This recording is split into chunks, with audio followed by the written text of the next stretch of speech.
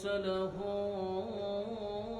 بالحق بشيرا ونذيرا وداعيا إلى الله بإذنه وسراجا منيرا. أما بعد فأعوذ بالله من الشيطان الرجيم. بسم الله الرحمن الرحيم.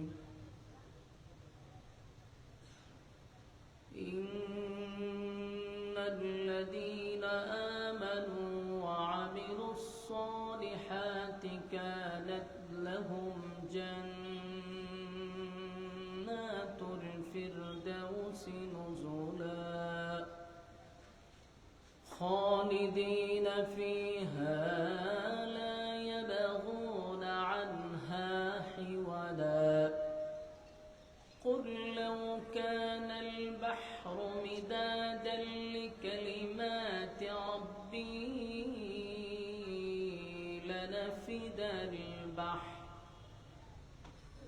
لنفد البحر قبل أن تنفد كلمات ربي ولو جئنا بمثله مددا.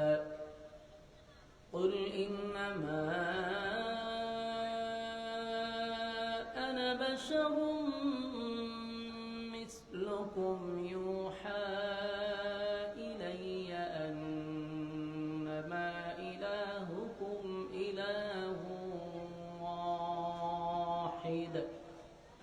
فمن كان يرجو لقاء ربه فليعمل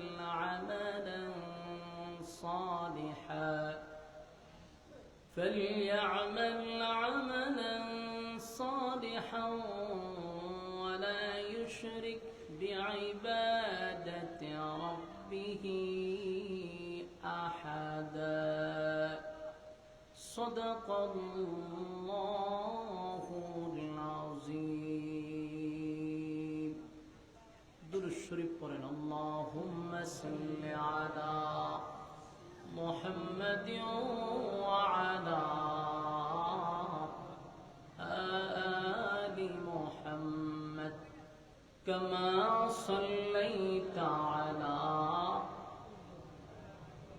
রিভাব দেয় mic man কই আমি কই এত দূরত্ব না রিভাব বাড়ান درود شريف পড়েন اللهم صل على محمد وعلى آل محمد كما صليت على إبراهيم وعلى إنك حميد مجيد. اللهم بارك على محمد وعلى آل محمد كما باركت على إبراهيم وعلى إنك حميد مجيد. मेरा दिल तलब रहा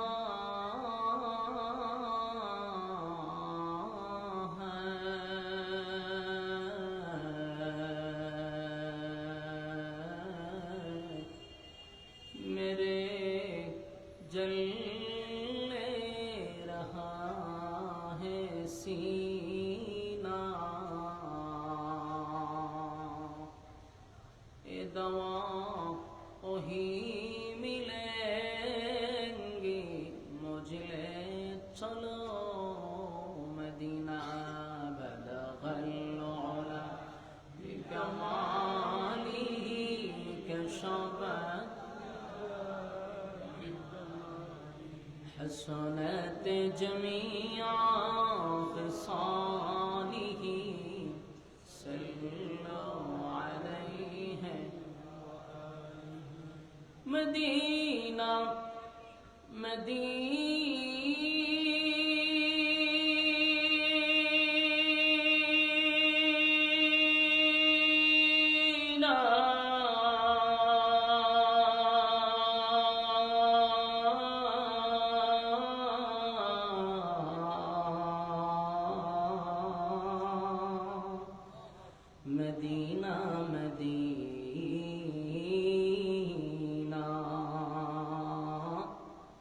مدینہ مدینہ مؤمنوں کی گنگنا ہے دیدار مدینہ عاشقوں کی تمنا ہے بلغ الہدی بکمالہ کشف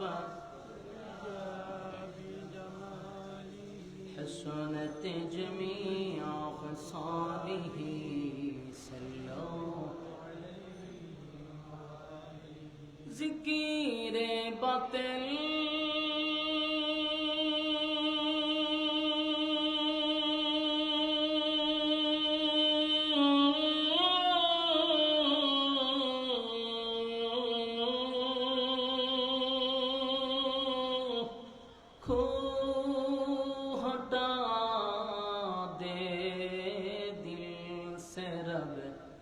ذکر میں تیرے لگا دے روز شب لا الہ الا اللہ لا الہ الا اللہ لا الہ الا اللہ لا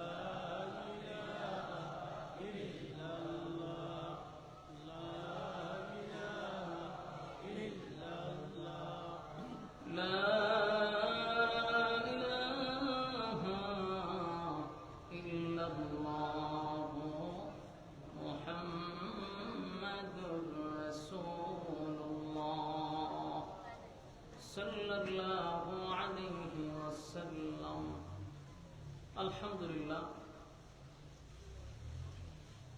সিলেট গাছিটোলা লামাপাড়া যুব সমাজের উদ্যোগে আয়োজিত 2 দিন ব্যাপী তাফসীরুল কোরআন মাহফিলের সম্মানিত সভাপতি আজকের মাহফিলের হযরত মাওলানা আদিল হাসান আহমদী সাহেব আপনাদের এখানে আসছেন আসলে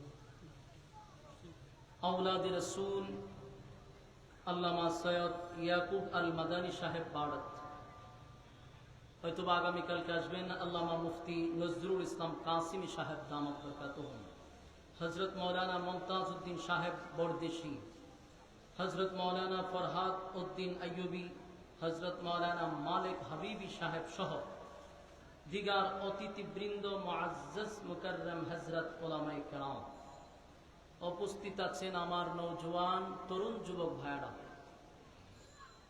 মুরব্বিয়ান আযম মাইকের আওয়াজ যতটুকু দূরে যায় অবস্থানরত পর্দানিশী মা ও বোনেরা সকলকে আমার অন্তরস্থল থেকে জ্ঞাপন করছি মোবারক সবটুকুন শুকরিয়া আল্লাহ সুবহান মহিয়ান গরিয়ান সর্বশক্তিমান আল্লাহ পাকের জন্য যিনি অত্যন্ত দয়া মায়া করে হাজারো মানুষের মাঝখান থেকে যাচাই বাছাই করে নির্বাচিত করে পছন্দ করে মহব্বত করে ভালোবেসে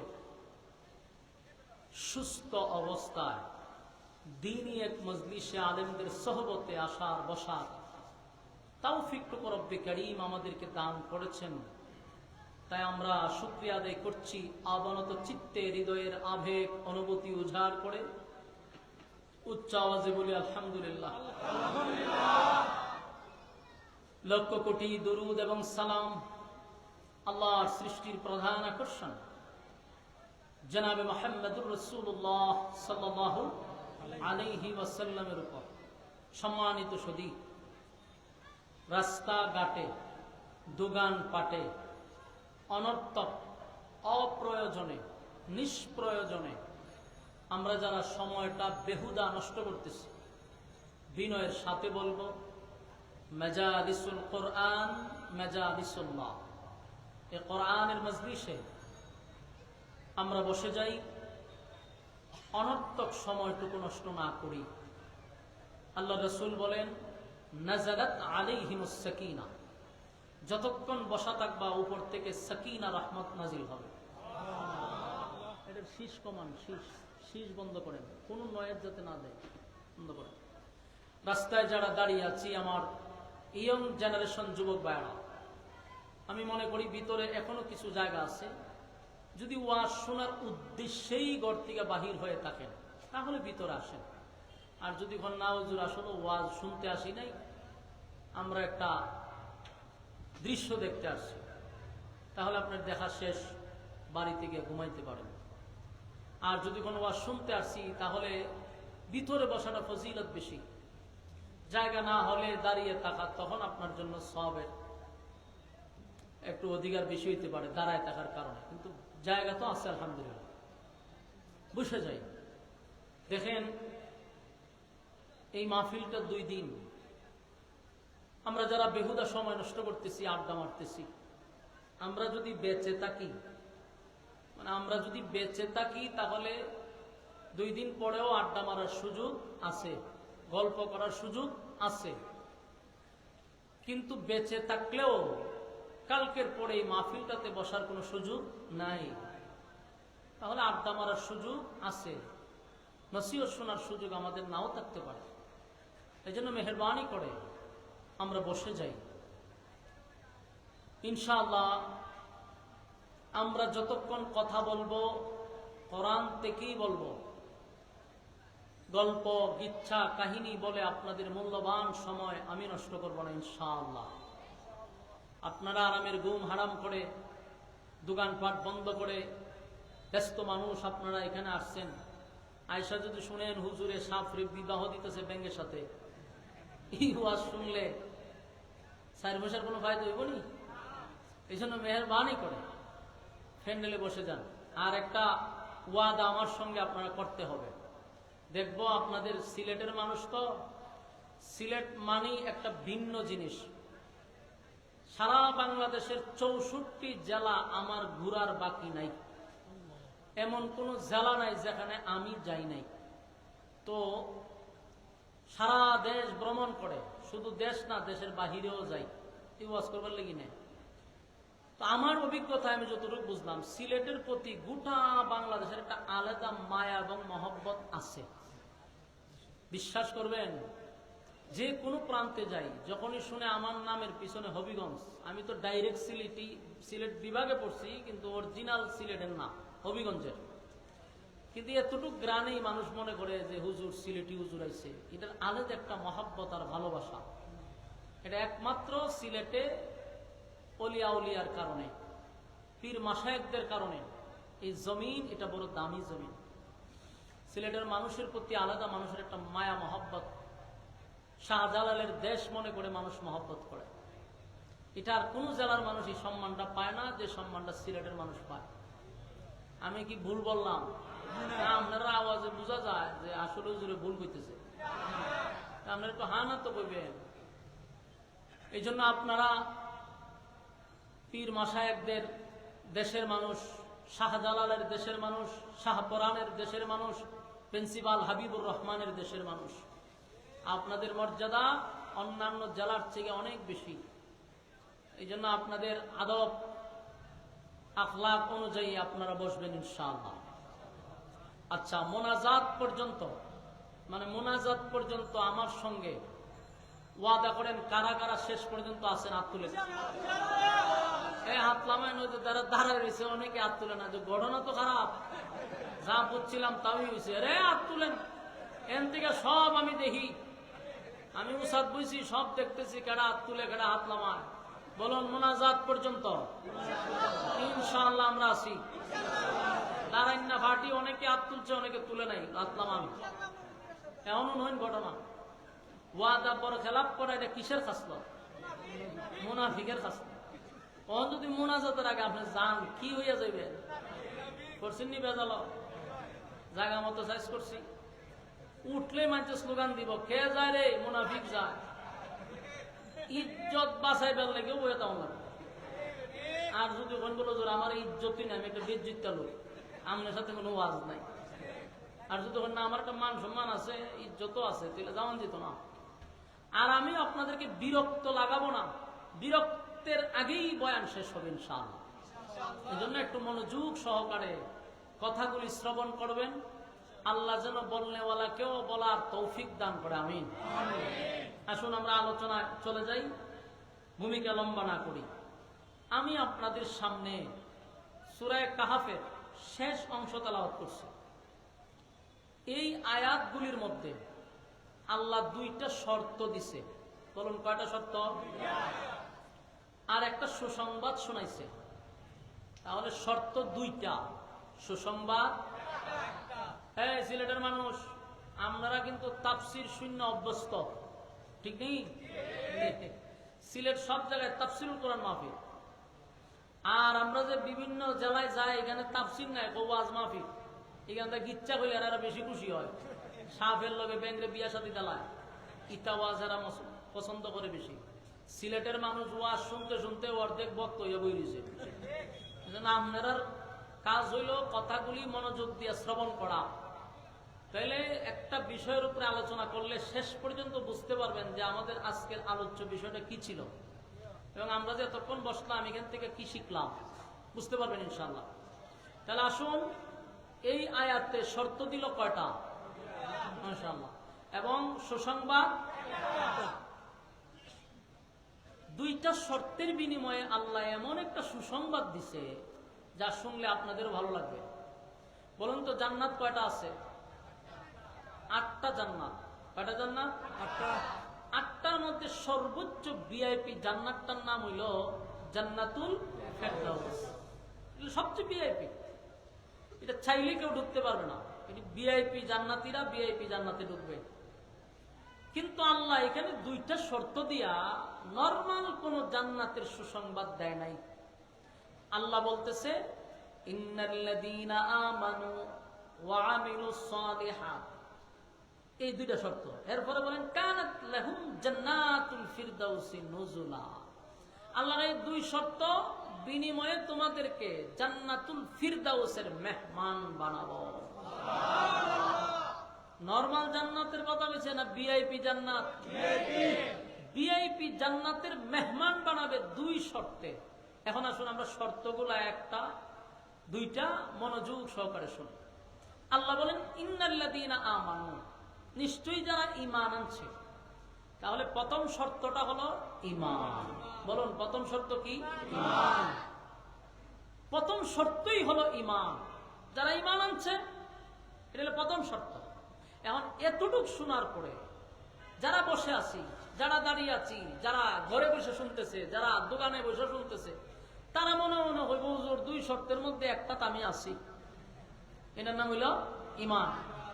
আপনারা কি তা কেউ বেঈমান আছেন না? সবার মনে মনে কি তা ঈমানদার? কেউ অস্বীকার করবে না যে আমি ঈমানদার না, সবাই বলবে ঈমানদার, ঠিক নেই? তাহলে এক শর্ত, দুই শর্তের প্রথম শর্তর মনে মনে সবাই এই শর্তের মধ্যে আমরা আছি, মানে আমরা ঈমানদার। এখন আসুন আমরা এটার ব্যাখ্যা করি। আমরা সবাই দাবির বেলায় সাবার বেলায় একমত, আমরা ঈমানদার। আওয়াজ কমে আছে, ঠিক কোন? দাবির বেলায় সবাই ঈমানদার। এখন আমি আপনাদের ব্যাখ্যা করে আপনারা দেখেন তো আমার কথা একমত কিনা। জীবনে যে এক ওয়াক্ত নামাজ পড়ে না, মনে করেন এমনও নাফরমান আছে যে ঈদের নামাজও পড়ে না, আছে? এটা তো কথা লেগে গেছে। ঈদের নামাজও পড়ে না, 5 ওয়াক্ত তো দূরের কথা, রোজাও নাই, ফর্দাও নাই, হালালও নাই, যেমনে মনে চায় এমনি জিন্দিগি চালাইতে যায়। কুত্তা কুত্তি যেভাবে জীবন কাটায়, হ্যাঁ ওইভাবে কাটায়। এরকম একটা লোককে যদি আপনি কন তোর ঈমান আছে নি, তাফা দিয়া হইব আমি ঈমানদার, ঠিক নেই? খন বলে তুই নামাজ পড়স না, গাঞ্জা দিয়ে খাস, তোর দি মুস লাল হয়ে গেছে গা, তুই ইমান ধরলে কেমন? বলে নামাজ না বলে কি দিস, আমার ইমান ঠিক আছে। লারা দিয়া হইব, নর্মালি হইতো না, বরং আপনাদের জিগাইছেন, বরং আপনার প্রতি সে বিরক্ত হয়েছে।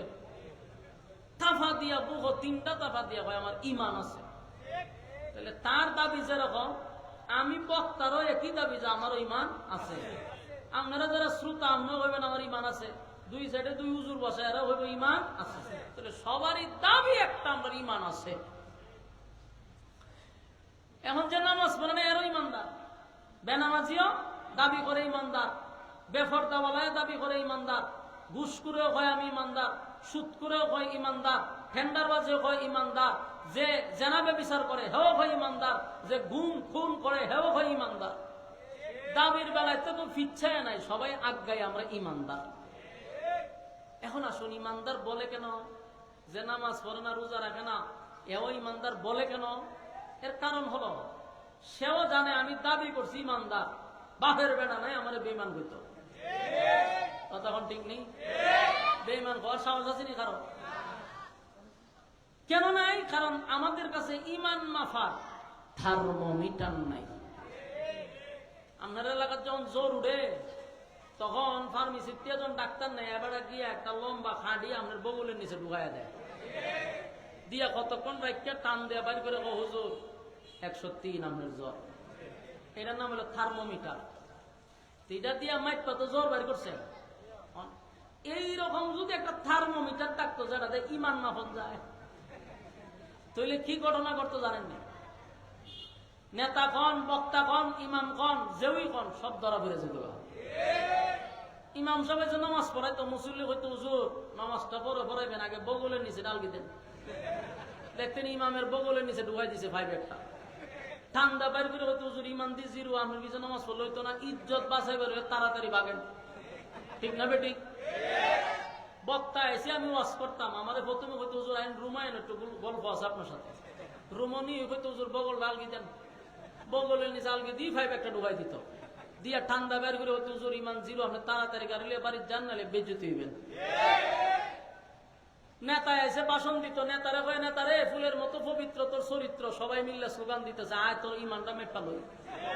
বগলের নিচে আলগি দিয়া মাইপা দেহে নেতার ইমান নাই 0। হয়তো মান সম্মান বাঁচাইবার আগে স্টেজ চান, নাহলে বেজ্জতি করলাম। ফির আইসে মুরিদ করতো, হয়তো মুরিদ করবেন পরে আগে ফিরের ইমান মাইপা লই, মাইপা দেহে 0, হয়তো মুরিদ হইবেন পরে আগে তাড়াতাড়ি বাগেন ইজ্জত লইয়া। বলুন তো দেখি, সব সেক্টরের লোক ধরা পড়তো কিনা? আল্লাহ আমরা এইরকম একটা বেজ্জতির থেকে বাঁচাইছে। সুবহানাল্লাহ কই, আলহামদুলিল্লাহ কই। আল্লাহ আমরা কতটুকু মায়া এবং মহব্বত করলে এরকম বেজ্জতির থেকে বাঁচাইছে। নাহলে ইজ্জত থাকলো না তো, যে সারা দেখতেন আটটা ঢুকাই দিচ্ছে বহু তুলি একটা। ঠিক নেই? আটটাতে ফিসা থেকে ঢুকাই হয়তো কারণ দিকে আমরা দেখা যায় বড় বুজুর্গের মতো একটু ম্যাটটা দিকে লই। তিরহমের তো বিপদ তেজ আল্লাহ আমরা বাঁচাইছে, আলহামদুলিল্লাহ। বাঁচাইলো কেন?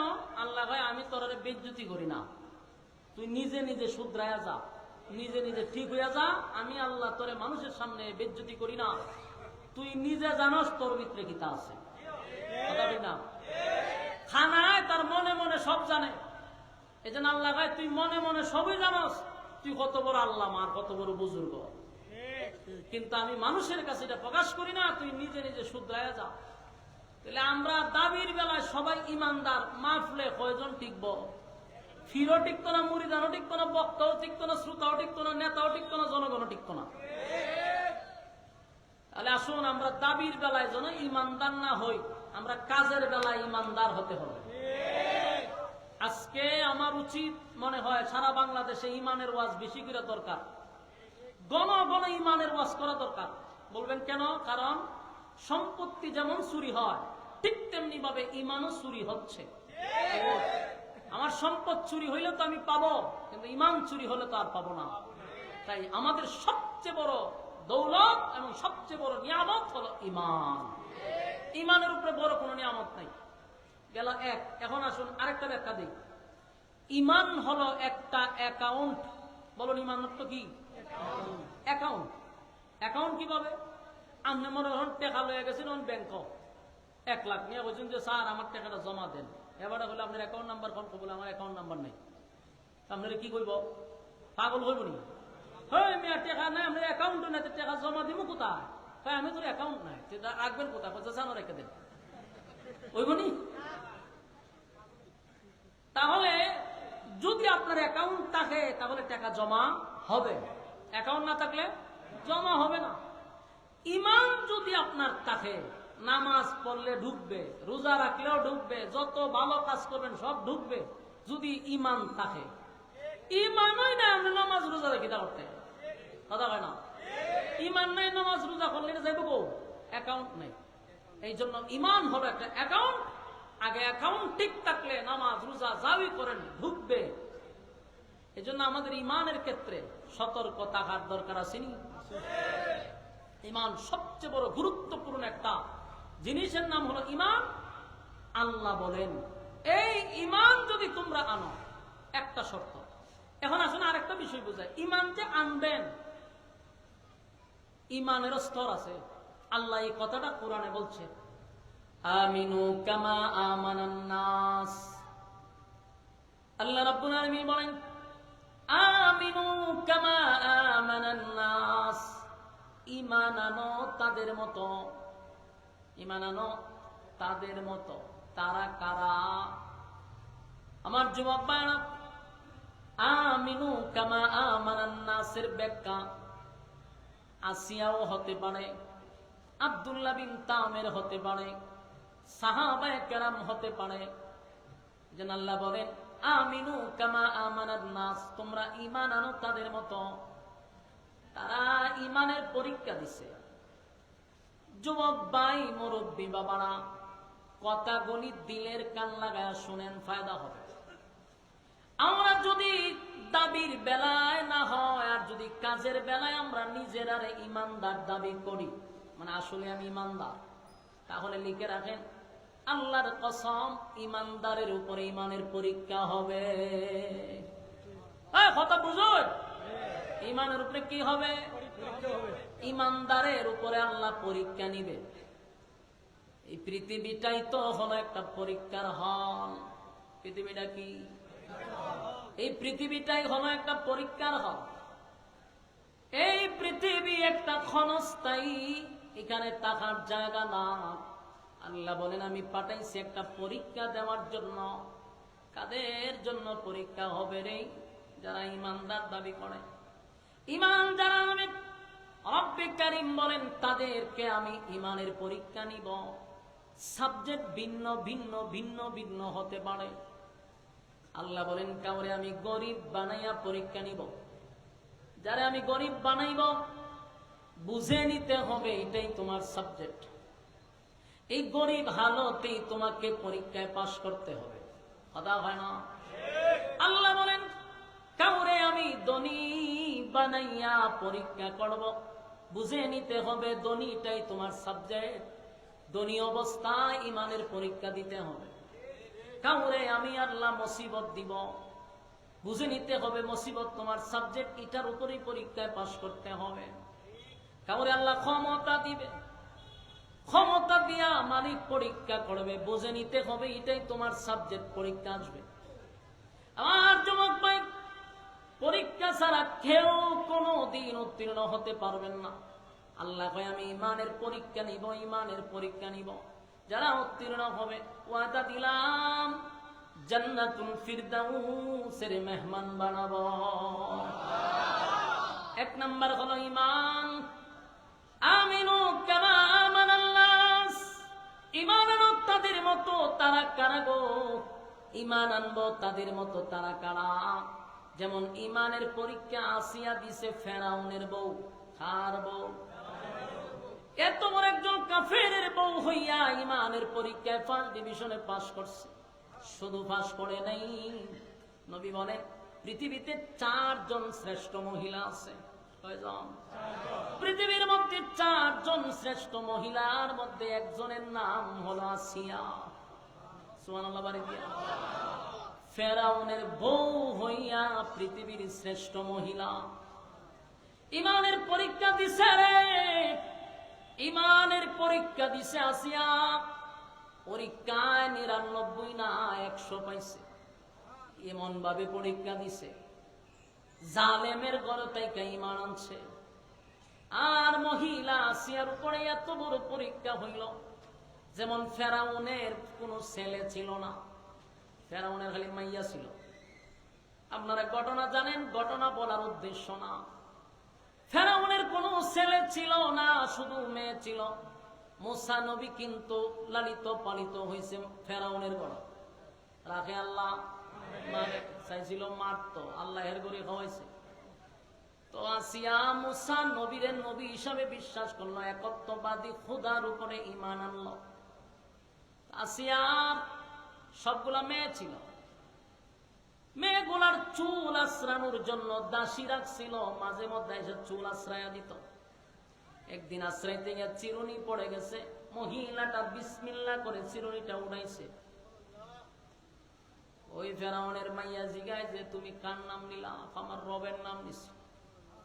মহিলা আসিয়ার মেয়ে, ফেরাউনের মেয়ে দাঁড়ায়া গেছে, আমার বাবা ছাড়াও কি আরো খোদা আছে নাকি? আরে বাপ ছাড়াও খোদা আছে নাকি জিগায়। দাসী বলেন অবশ্যই, তোমার বাপ তো খোদা হইতেই পারে না, তোমার বাবা কোন অ্যাঙ্গেলই খোদা না।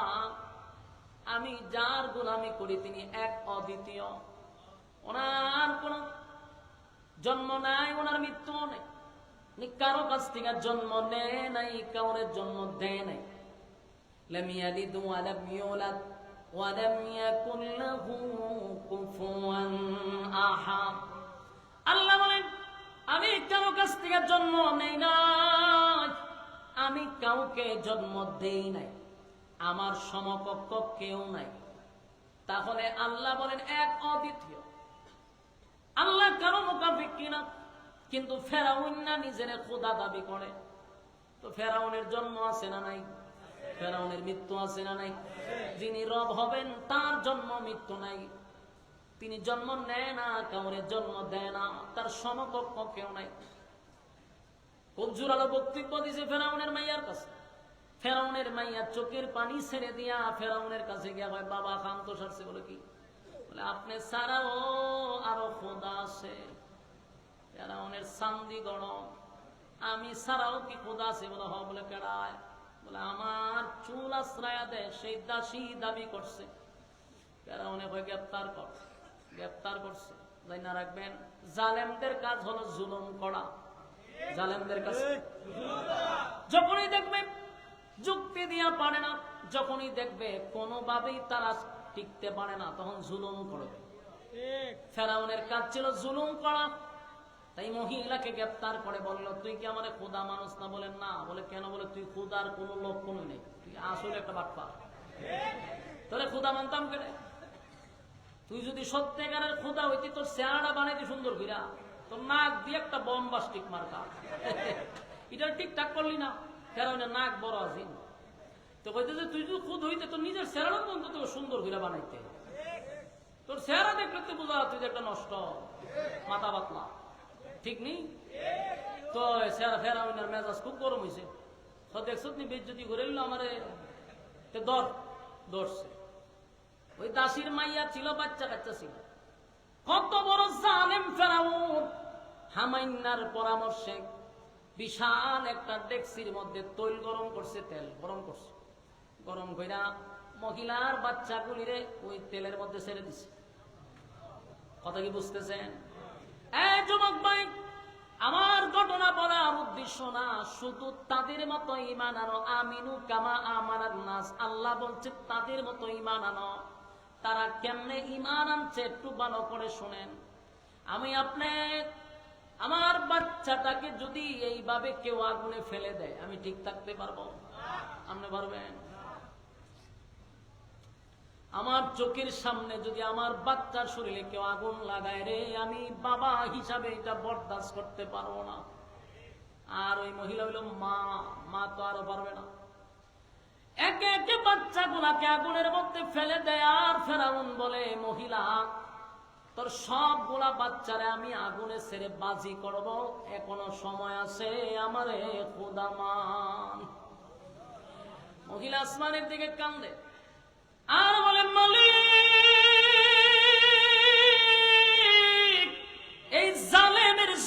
থেকে আপনি আমারে হেফাজত করেন, হেফাজত করেন। আল্লাহ শেষ পর্যন্ত ইমানের উপরে আমারে অটল রাখেন, আমি যেন কোনোভাবেই ইমান হারা না হই। চিৎকার দিয়া কোন সুবহানাল্লাহ। আমার যুবক ভাইরা, ফেরাউন একের পর এক শাস্তি দেওয়া শুরু করলো, কিন্তু মহিলা আল্লাহর আসমানের দিকে তাকায়া বলে, মালিক শেষ পর্যন্ত আমারে ধৈর্য দিয়েন, যেন আমি ইমান হারা না হই। ওই ফেরাউন একে একে সব বাচ্চাগুলোকে আগুনে ফেলে দিল। এবার মহিলারে বলে, মহিলা তোর কুলের মধ্যে একটা বাচ্চা আছে, দুধের শিশু, দুধের শিশুটাকে আগুনে ফেলে দেওয়ার আগে একবার বল আমারে খোদা মানুষ হয় না?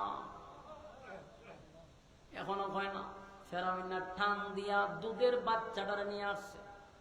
একটা মা তার চোখের সামনে এতগুলা বাচ্চাকে আগুনে ফালাইছে, ইমান হারা হয় নাই রে, ইমান হারা হয় নাই।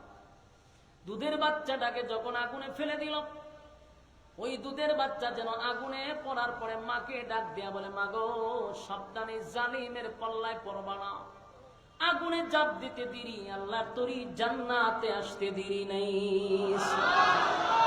মহিলার ইমানি জজবা বেড়ে গেছে, মুস্কি হাসি মারছে।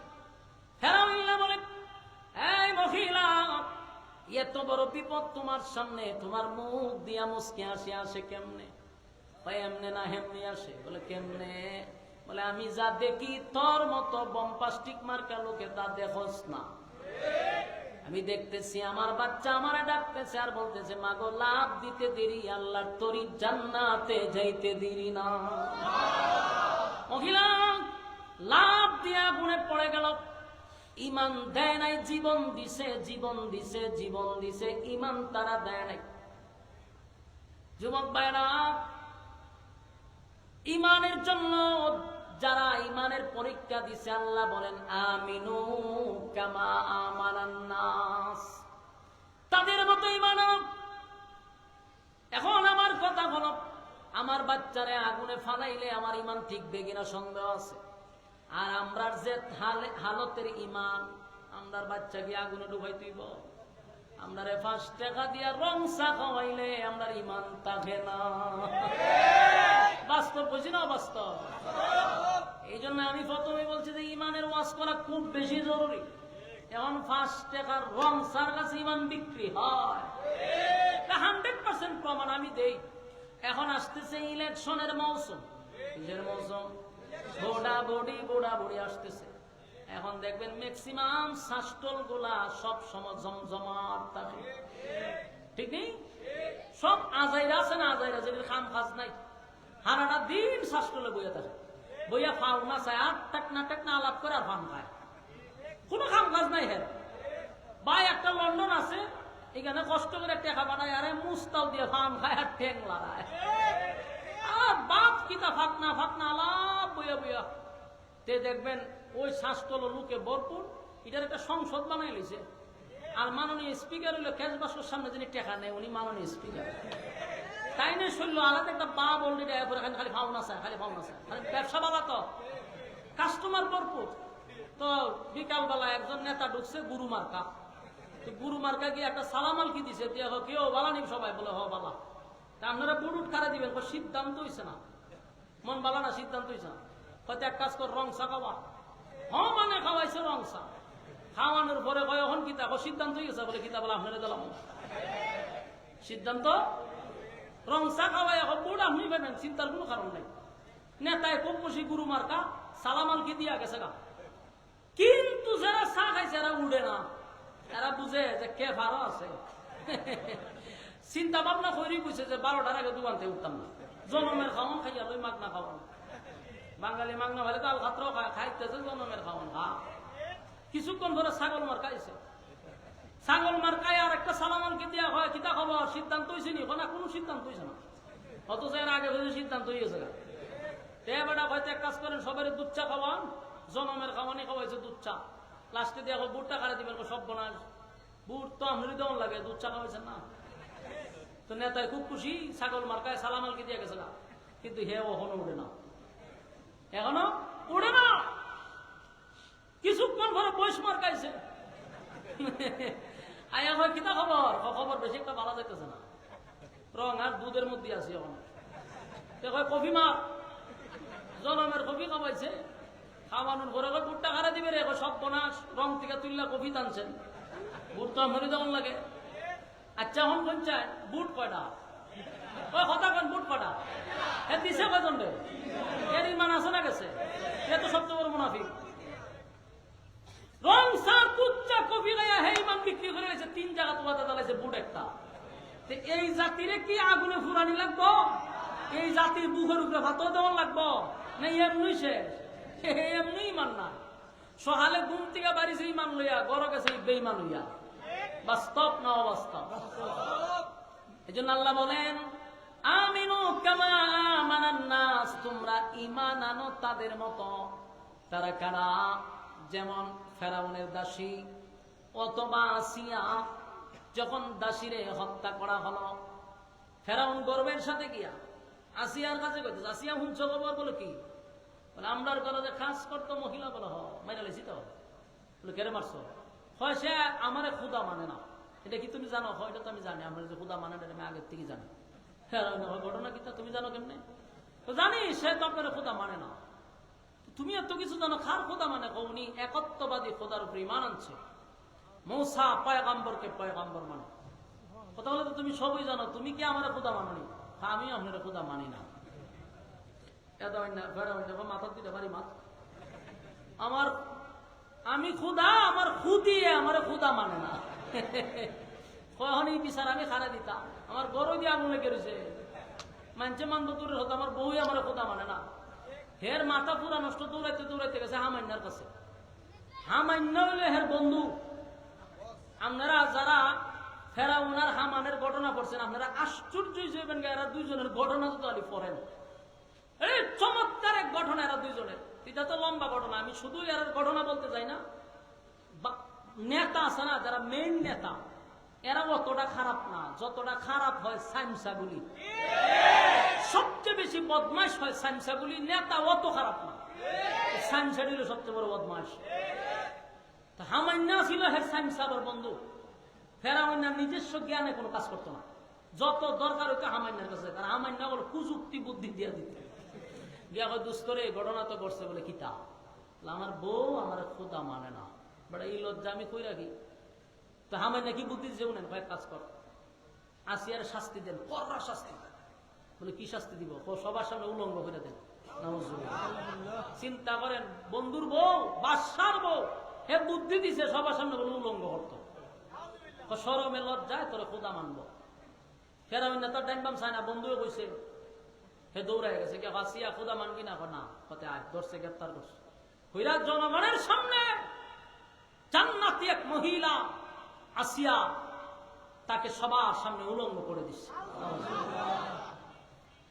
আসিয়া চোখের পানিগুলো ছেড়ে দিয়ে আসমানের দিকে তাকায়া বলে মালিক সব বরদাস্ত করতে পারি কিন্তু এই অপমান আমি বরদাস্ত করতে পারলাম না আল্লাহ এতগুলা মানুষের সামনে আমার ইজ্জত নষ্ট করে দিল মালিক ইজ্জতের বিনিময়ে আমার ইমানের হেফাজত করেন আল্লাহ আসিয়া কাঁদতেছিল ফেরাউন না কয় বউ এখনো সময় আছে তুই কালেমাটা পড়ালা আমার বাদ মুসার আল্লাহর কালেমা বাদ দিয়া আমারে খোদা মান এখনো সময় আছে এর চেয়ে বেশি শাস্তি করে দিতাম না ফেরাউন না বারবার কানের কাছে গিয়ে বলবো আমারে খোদা মাইন না আসিয়া ডাক দিয়া বলে ফেরাউন তুই এতগুলা মানুষের সামনে তোর নিজের বিবিরে উলঙ্গ করলি আমি তো তোরে কোনোদিন খোদা মানি না কারণ তুই খোদার কোন উপযুক্তই না তিনি খোদা হয় তার জন্ম নাই মৃত্যু নাই চিরঞ্জীব আর তুই একটা মাথা মোড়ার আমি কেমনে খোদা মানি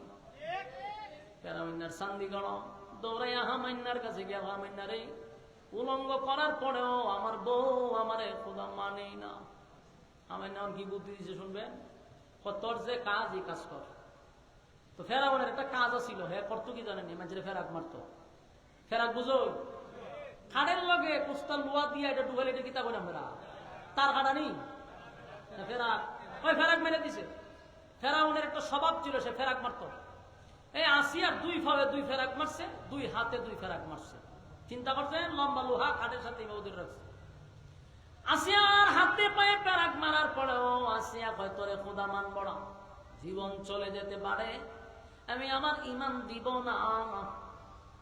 আমাইনার কাছে গেল, বন্ধু ফেরাক মারার বড় কাম হয় না, আমার না হয় এক কাজ কর, বেলির দিয়া সামরাটি টেনে তুলে দাও। নাউজুবিল্লাহ। যুবক ভাইরা, আমিনু কামা আমানান নাস, আল্লাহ কয় তাদের মতো ঈমান আনো। শুনেন ভালো করে, তারা কেমন ঈমান আনছে রে, কেমন ঈমান আনছে। বেলির দিয়া চামড়াগুলি টেনে টেনে একজন মহিলার চামড়া সিল্লা যেভাবে খাসি সিলাই সিলছে, শরীরে আর চামড়া নাই, প্রচন্ড রুদ্রের মধ্যে আসিয়ারে যখন তার শোয়া রাখছে, কি যন্ত্রণা। এরপর আসিয়া ইমান ছাড়ে না। এবার ফেরাউন চিৎকার দিয়া কয়, আমাইন্না আমার বউর চামড়া রাখলাম না, এর বড় কালেমা ছাড়ে না। আমাইন্না কয় তোর বউরে মৃত্যুদণ্ড দে, ফাতুর দিয়ে আমার লাভ, যেমন নষ্ট এমন বুদ্ধি দিয়েছে। ফেরাউন একটা ফাতর লইছে, বড় ফাতর লইছে, আসিয়ার মাথাতে মেরে দিব। আসিয়ার কাছে পাতল লয়ে গিয়ে দেখে আসিয়া মুসকি মুসকি আসে। ফেরাউন না ফাতল তো হয়, ঘটনা তো আশ্চর্য। এরকম পরিস্থিতি দেখি কারো মুখে আসিয়া এদিকে কথা বলেন না, ফেরাউন কয় আসিয়া এই মুহূর্তে তোর মৃত্যুদণ্ড দেওয়া হবে, এখনই তোরে পাথর মেরে আমি দুনিয়ার থেকে বিদায় করে দিব। মৃত্যুর আগে একবার সত্যটা বল, এই মুহূর্তে তুই কেন মুসকি হাসস? আসিয়া কয় ফেরাউন রে, আমি বললে তুই বিশ্বাস করবি না। কয় না, ক বিশ্বাস কর। বলে আমি আমার মালিকের কাছে দোয়া করছি তোর জুলুম থেকে যেন আল্লাহ আমার হেফাজত করে। আমি আমার মালিকরে বলছি, মালিক আর সহ্য করতে পারি না, আল্লাহ আমার জান্নাতে একটা ঘর দিয়া দাও, আমি তোমার জান্নাতে থাকতে চাই। আমার চোখের সামনে আমার জান্নাতি ঘর আমার চোখের সামনে আল্লাহ ধরায় রাখছে। এই একটা জবান বন্ধ রাখবেন না, আল্লাহু আকবার। ফেরাউন আমার চোখের সামনে জান্নাতের বালাখানা, আমি জান্নাতের বালাখানা দেখা দেখা লোভ সামলাইতে পারলাম না, তাই তো আমি মুস্কি মুস্কি হাসতেছি। সুবহানাল্লাহ। ফেরাউন পাথরটা লইয়া আসিয়ার মাথার মধ্যে মারছে, আসিয়া দুনিয়ার থেকে বিদায় হয়ে গেছে। আমিনু কামা আমানান নাস, আল্লাহ বলে তাদের মতো ঈমান আনো রে। তাদের মতো বলতে আসিয়ার মতো হতে পারে। আমিনু কামা আমানান নাস, আল্লাহ বলে ঈমান আনো তাদের মতো যারা ঈমান আইনা ঈমানের পরীক্ষা দিছে, ঈমানের পরীক্ষা দিছে, পরীক্ষায় 99 পায় নাই, 100 নাম্বার পাস করছে। এমন হইতে পারে সাহাবায়ে কেরামদের উদ্ধৃতি দিছে, সাহাবায়ে কেরামরাও ঈমানের জন্য জীবন দিছে, ঈমান দেয় নাই। পৃথিবীর 4 জন মহিলা যেমন সম্মানী, ইসলামের মধ্যে প্রথম যিনি শাহাদাত বরণ করছে ওনার নাম হলেন সুমাইয়া রাদিয়াল্লাহু তাআলা আনহা। আবু জাহলের নির্যাতনের শিকার সুমাইয়াও ঈমান দেয় না, ঈমান দেয় না, জীবন দিয়া দিছে কিন্তু ঈমান দেয় নাই। আমার যুবক ভাইরা, আজকে 5 টাকার সার কাছে আমরা ঈমানটা বিক্রি করি, ছোট ছোট কথার মাধ্যমে ঈমানটা আমাদের চলে যায়। সাবধান, যারা পরিমাণ ঈমান লইয়া যদি কেউ কবরে যায় গো, একদিন আল্লাহ তুইলা জান্নাতে ঢুকাবে। আর যদি ঈমান না থাকে, খোদার কসম জান্নাতের গ্রান কোনদিন আমাদের নাকে আসবে না, অনন্ত কালের জন্য জান্নাতে রাখবে। লাবিসিনা ফিহা আহকাবা, যুগের পর যুগ, যুগের পর যুগ, যুগের পর যুগ জাহান্নামের আগুনে জ্বলতে হবে। তাই সাবধান, সব দিতে পারি কিন্তু ঈমান বিক্রি করতে পারি না। কথা বলে না? আর যুবক ভাইরা, ঈমানের ক্ষেত্রে সাবধান, ঈমানের ক্ষেত্রে সাবধান। সাহাবীদের জামানায় ঈমান আনার অপরাধে বুকের মধ্যে পাথর রাখত। মরুভূমির বালু যেগুলা বাংলাদেশের বালুর সঙ্গে তুলনা করলে হবে না। মরুভূমির বালু যারা সৌদি গেছে তারা জানে, ওই বালুর মধ্যে যদি সাল ছেড়া দেন মুড়ি হয়ে যাবে, এত বড়। সেই বালুতে শুয়াইয়া উপরে পাথর রাখছে, কিন্তু ঈমান দেয় নাই।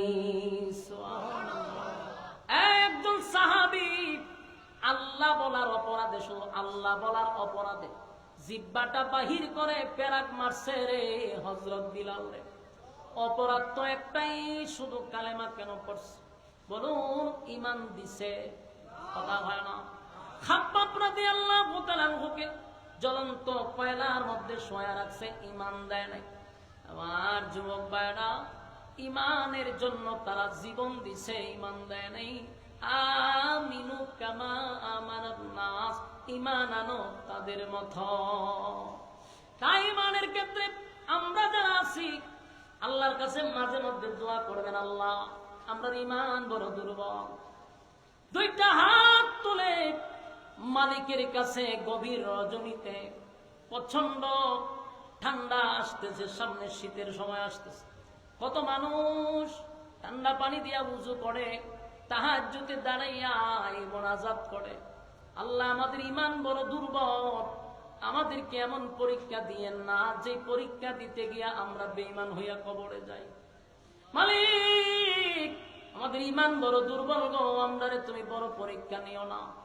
মাঝে মধ্যে দোয়া করবেন, আল্লাহ আমাদেরকে পরীক্ষা দিয়েন না, আমরা বড় কমজোরি, আমরা কম ঈমানদার, আমরা যদি এখন বড় বড় পরীক্ষা নেন আমরা নির্ঘাত টিকতে পারবো না। তাই মালিক আমাদের বড় বড় কোনো পরীক্ষা আপনি দিয়েন না, যে আল্লাহর কাছে কইতেই। কারণ অনেক মানুষ গরিব আছে, এখানে গরিব আছে না নাই? গরিব মানুষদের একটা অভিযোগ হইল, আল্লাহ খালি আমরাই দেখছে, কথা হয় না? খালি হয় আমরাই দেখছে, এর মনের মধ্যে বড় কষ্ট হয়। মালিক বুঝি খালি আমরাই দেখছে। বড় লোকের বিল্ডিং দেখে হের ভিতরে বড় কষ্ট, বড় লোকের শান শৌকত দিকে হের রাতে ঘুমায় না, চিন্তা করে দেখছো টেকার বার্তা, আল্লাহ আমারে গরিব বানাইছে। তুমি বুঝে নিতে হবে যে তোমার সাবজেক্ট, এই গরিব হালতে ঈমানের পরীক্ষা চলতেছে। আর বড় লোকের এটা দীক্ষা তুমি অত বেজার হও কেন?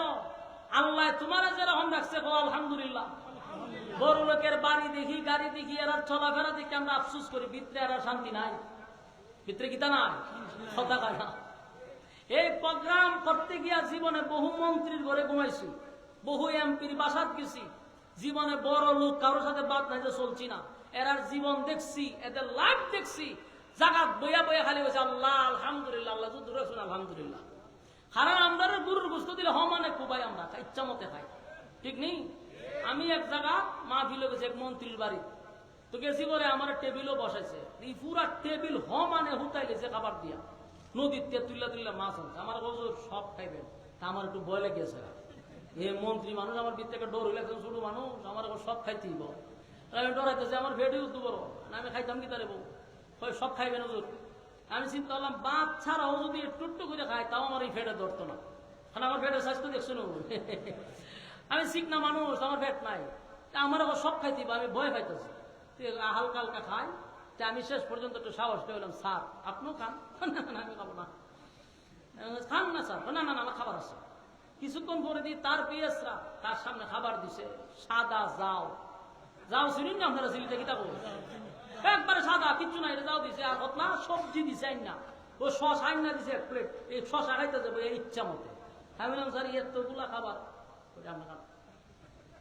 তখন আমি খাই, আর আলহামদুলিল্লাহ আল্লাহ তোরে এত কিছু দিছে, তোর টেকার খাওয়ান আমি খাই, আর তুই বয়ে বইয়ে শসা খাস, দেখা জনমের খাওয়ান খা, মাইরা দেরা আনস আইন না সেটা তুই খাস না, খাওয়াস আমরা। আর এর বাড়ির যত কাজের লোক আছে মানে খায়, খাইয়া হয়তো শরীর লাগাইতে না, জনমের খাওয়ান খায়। কিন্তু এর কপাল অত খারাপ, এরা দিয়ে খালি শশা শশা খায়। আর চা তো দূরের কথা, তেঁতুল দিয়ে হেরে দিছে চা, এর বলে ভেসার বেড়ে জায়গা, গুস্ত খায় না, মিষ্টি খায় না, কিচ্ছু খায় না। তা আমি মনে করি আল্লাহ তুই পারি দেখি তাও তেমন খায় না, হয়তো না খাইতে দেখি। আর আমরা দেশের গরিব যারা রিক্সা চালায়, গুরুর গুস্ত 1 কেজি দেন, এর ধুমসে খাই হলে দিবে, খাই একটা ডেহুর দিব, আবার খামো লাগাই দেন, ধুমসে খাম করতেছে, ঠিক নেই? মিষ্টি দিলে 1 কেজি মাইরা দিব, এর কুস্তায় ধরে না, রুগেও এরে ধরে না, খাইয়া ডেহুর মানে ধুমসে কাজ করে। আর বেনো বইয়া দেখবেন এক নাক ডাক দিয়া ঘুমাই দিচ্ছে, হইতে না। আর বড় লোক এর বাড়িতে যে খাট, কয়েক লক্ষ টাকা খালি ফার্নিচার, ওই এটার মধ্যে আপনি পড়লে আমরা ঘুমো দিল, কিন্তু হে হারাটা খাট বই রায়, কিন্তু এর ঘুমো ধরে না। ই মাথাতে ঘুমো ধরে না, ওষুধ খাইয়াতে হে ঘুমায়। আর আপনি আমি ওই যেখানে বইখানে ঘুমো ধরে। এটা আল্লাহর পক্ষের নিয়ামত কিনা? কথা কেন তুই দুর্নীতি কইরা, সাদাবাজি কইরা, টেন্ডারবাজি কইরা যে টাকা কামাইবেন, খাইতেন না তো। টেন্ডারবাজ, দুর্নীতিবাজ, বিশেষ করে ঘুষখোর, সুদখোরের ফুলা ভানো দেখবেন ভালো হয় না। টেরা বয়, লেরা হয়, আর জায়গায় এমনি বেনে বাস্তব না বাস্তব। ওমা হেতে খাইছে, হে যে মানুষের দুঃখ ভরা টাকা আনিয়া খাইছে যে সুদে, ঘুষে, টেন্ডারবাজি, সাদাবাজি কইরা বিশাল রাত ফুলা ভান দেখা যায় 8-10 হাজার বেহাতে রাডে। চোখ নাই, খান নাই, নাক নাই, কেড়ে হয়েছে প্রতিবন্ধী। তুই যে মানুষের হক নষ্ট করছস, দিছে এটা চাই থাকবে, চাই চাই দেখবি খালি ফুলাই কিতা করে। বাস্তব না বাস্তব? সাবধান। এর লেগে আল্লাহ যারা যে অবস্থা রাখছে বলবেন আলহামদুলিল্লাহ। আল্লাহ যেটা খাইতে তো পারি, সেটা ঘুমাইতে তো পারি, আলহামদুলিল্লাহ, কোন টেনশন নাই, ঠিক নেই। এরপরে এরা যত বড় লোক, এরা আরো বিপদ আছে। এরা আপনি আমার মতো বয়ে শ্বাসগুলো বয়ে চা খাইতে না, গ্রামে একটু হাঁটাহাঁটি করতে পারে না, শহরে একটু আইতে দেখতেও পারে না। তারা হারাদিন ফার্মের মুরগির মতো বয়তে রাখে। এ যে হাঁটবো, এর ভিতরে ভয়, কেউ গুলি ঘুরে দেয়। এর ভিতরে বডিগার্ড কতগুলা থাকে, খালি ডরায় যে কোন সময় দেয়। কেন তোর ভিতরে তো ভয় কেন? কারণ মানুষের হক নষ্ট করে রাখছে, মানুষ তার প্রতি কিপকার হয়েছে, খালি মেরে লেগে, ঠিক নেই। কিন্তু আমরা যে হারানো যেন করি, ঠিক নেই। আমরা ভয় নাই ভিতরে, আমরা কেউ মারতো না, কিন্তু এর ভিতরে ভয় মেরা নিলায়ারে। হযরত উমর রাদিয়াল্লাহু তাআলা আনহু, উনি অর্ধ পৃথিবীর বাদশা ছিল। বলুন, একটা বাংলাদেশের ছিল না, অর্ধ পৃথিবী। এটা কয়েকটা আমেরিকার বাদশা হযরত উমর ছিল। উনি মরুভূমিত গিয়া হাতের মধ্যে হাত রেখে ঘুমাই থাকতো। এ অর্ধ পৃথিবীর বাদশা ঘুমাই থাকতো যে কোনো জায়গায়। তো রুম থেকে বাদশারা আসে দেখা করতো। এই দৃশ্য দিকে আশ্চর্য হয়ে গেছিল যে আমরা বডিগার্ড কয়েক হাজার, আর উনার ভয়ে আমরা নিজেরা তরতর করে কাঁপি। উনি মরুভূমিত একা ঘুমাই দিছে, ঘটনা কিটা? তখন ওই রুমের বাদশা বললো এটার কারণ আছে। কারণ হইল উমর কারো হক নষ্ট করে না, তাই উমরের কোন শত্রু নাই। সুবহানাল্লাহ। আমার জমাত ভাইরা, যারা গরিব আছেন মনের মধ্যে কষ্ট রাখবেন না, বলবেন আলহামদুলিল্লাহ। কথা হয় না? আলহামদুলিল্লাহ, মালিক আমারে যেমনে রাখছে আমি এমনি খুশি। আমার যে হালতে রাখছো সেই হালতের উপরে আমাকে পরীক্ষা দিতে হবে। একদমরে মালিক মুসিবত দেয়, বড় বড় বিপদ দেয়, এখানে আলহামদুলিল্লাহ বলবেন। মালিক আমার যে হালতে রাখছে আলহামদুলিল্লাহ। কারণ আল্লাহ কাউরে গরিব বানাইয়া পরীক্ষা নেয় গো, কাউরে ধনী বানাইয়া পরীক্ষা নেয়, কাউরে পেরেশানি দিয়ে পরীক্ষা নেয়, আবার কাউরে ক্ষমতা দিয়েও পরীক্ষা করে। কথা না? আমরা আফা না, আমরা আম্মা। ও ভাই, তোর আফা হয় না, কেউ আম্মা হইতো, কেউ আফা হইতো। ওই যে আমরা আম্মা যা আছি, যেহেতু বয়স বেশি আম্মুটি খেলাই, আফাটে খেলাম নাই। আম্মা যা আছি, আম্মাইরে আল্লাহ কিন্তু বহুত ক্ষমতা দিছে, দিয়ে একটা পরীক্ষা করছে, ঠিক নেই? ওমা ক্ষমতা ভাইয়া উনি কি ক্ষমতা জাগাত রাখছে না অপব্যবহার করছে? অপব্যবহার করছে। আল্লাহ কয় ক্ষমতা দিসলাম পরীক্ষা, কিন্তু ক্ষমতার মধ্যে অপব্যবহার করছ। যেই চেয়ারে বসাইছিলাম সম্মান দিয়া, এই চেয়ার থেকে জুতা দা ফিরাই লাগাইছি। বাস্তব না বাস্তব? এখান থেকে আপনি আমার শিক্ষা গ্রহণ করতে হবে। যদি এখনো না শিখতে পারি, নেক্সটে যারা বসবেন চেয়ারে, আপনাদের উদ্দেশ্যে আমাদের বক্তব্য হলো, ভাই চেয়ারে বসবেন, এখান থেকে শিক্ষা গ্রহণ করেন। আল্লাহ ইজ্জত দিয়া চেয়ারে বসায়, যদি ইজ্জতের খেয়ানত করেন, জুতা দা ফিরাই আল্লাহ চেয়ার থেকে লাগায়। ইজ্জত দিয়া যিনি বসাইছেন তিনি আবার বেজ্জতি করে লামাইতে পারে। যার বাস্তব প্রমাণ হলো আমাদের দেশের আম্মা। আম্মায় কিন্তু নিচে যাইতেছে না, উড়াল দিয়া গেছে। কেন? আল্লাহ ইজ্জত কি কম দিছিল? কত ইজ্জত দিছে, কিন্তু অপব্যবহার করছে, জুলুম করছে, মানুষের হক নষ্ট করছে। আল্লাহ হয় নিচে যাইতে না, উফরে যা, জমিনও হারবাল না, ঠিক নেই? এইটা এখন যারা আসবে তারারও তো শিখা দরকার। কথা কই না দিই? এখন আপনারা যদি আইবার আগে শরীয়ত আইন মানি না, কোরআনের আইন মানি না, আবার কেউ গিয়া কয় রোজার পূজা সমান, এই উল্টা পাল্টাতে শুরু করে দিছ। আপনারা একটা জিনিস বোঝা দরকার, কিটা জানেননি? এদেশটা হলো 95-96% মুসলমান। আপনারা যে পলিটিক্স খেলতেছেন, একটা কথা মাথা রাখবেন, এটা 96% মুসলমানের দেশ। 5% বুড়ের লাগিয়া নিজের ইমান বিসর্জন দিয়া পাবলিককে আপনার কাছে আনতে চাইবেন, কখনো সম্ভব হবে না। দালালি বাদ দেন, মুসলমানের ইমান রক্ষার্থে আপনি পূজার রোজায় সমান করবেন, আপনি সংবিধান মানবেন না, কোরআনের শরীয়ত আইন মানবেন না। 96% মুসলমান আপনাদেরকে লাঠি দিয়ে দেশ থেকে বিতাড়িত করবে।